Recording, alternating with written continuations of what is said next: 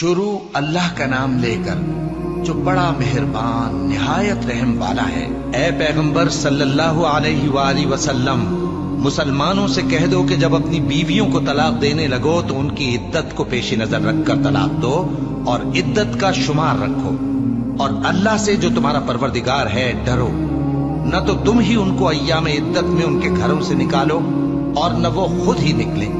ہاں اگر وہ کھلی بے حیائی کریں تو اور بات ہے، اور یہ اللہ کی حدیں ہیں، اور جو اللہ کی حدوں سے تجاوز کرے گا وہ اپنے آپ پر ظلم کرے گا۔ اے طلاق دینے والے، تجھے کیا معلوم شاید اللہ اس کے بعد رجعت کی کوئی سبیل پیدا کر دے۔ پھر جب وہ اپنی میعاد یعنی عدت ختم ہونے کے قریب پہنچ جائیں تو یا تو ان کو اچھی طرح سے زوجیت میں رہنے دو یا اچھی طرح سے علیحدہ کر دو، اور اپنے میں سے 2 منصف مردوں کو گواہ کر لو، اور اے گواہو، اللہ کے لیے درست گواہی دینا۔ ان باتوں سے اس شخص کو نصیحت کی جاتی ہے جو اللہ پر اور روز آخرت پر ایمان رکھتا ہے، اور جو کوئی اللہ سے ڈرے گا وہ اس کے لیے رنج و غم سے نجات کی صورت پیدا کر دے گا، اور اس کو ایسی جگہ سے رزق دے گا جہاں سے اس کو وہم گمان بھی نہ ہو،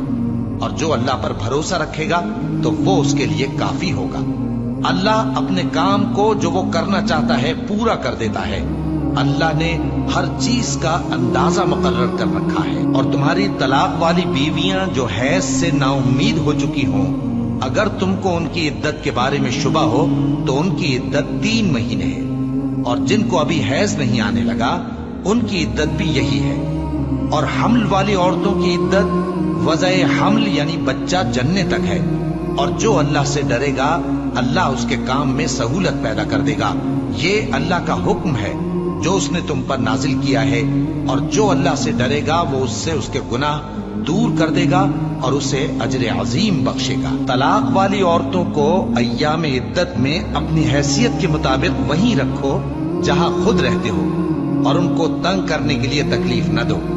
اور اگر وہ حمل سے ہوں تو بچہ پیدا ہونے تک ان کا خرچ دیتے رہو، پھر اگر وہ بچے کو تمہارے کہنے سے دودھ پلائیں تو ان کو ان کی اجرت دے دو، اور بچے کے بارے میں پسندیدہ طریق سے موافقت رکھو،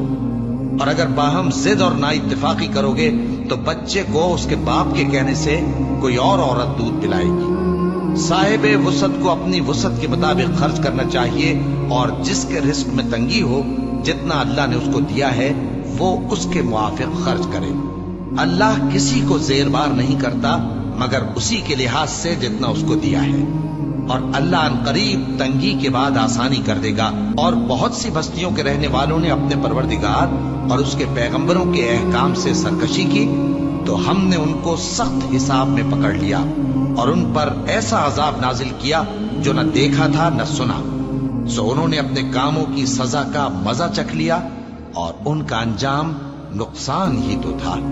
اللہ نے ان کے لیے سخت عذاب تیار کر رکھا ہے، تو اے عقل والو جو ایمان لائے ہو اللہ سے ڈرو۔ اللہ نے تمہارے پاس نصیحت بھیج دی ہے، یعنی ایسے پیغمبر جو تمہارے سامنے اللہ کی واضح آیتیں پڑھتے ہیں تاکہ جو لوگ ایمان لائے اور عمل نیک کرتے رہے ہیں ان کو اندھیروں سے نکال کر روشنی میں لے آئے، اور جو اللہ پر ایمان لائے گا اور عمل نیک کرے گا وہ ان کو جنتوں میں داخل کرے گا جن کے نیچے نہریں بہ رہی ہیں،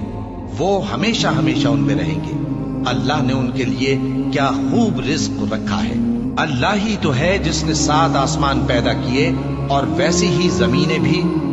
ان میں اللہ کا حکم اترتا رہتا ہے تاکہ تم لوگ جان لو کہ اللہ ہر چیز پر قادر ہے، اور یہ کہ اللہ اپنے علم سے ہر چیز کا احاطہ کیے ہوئے ہے۔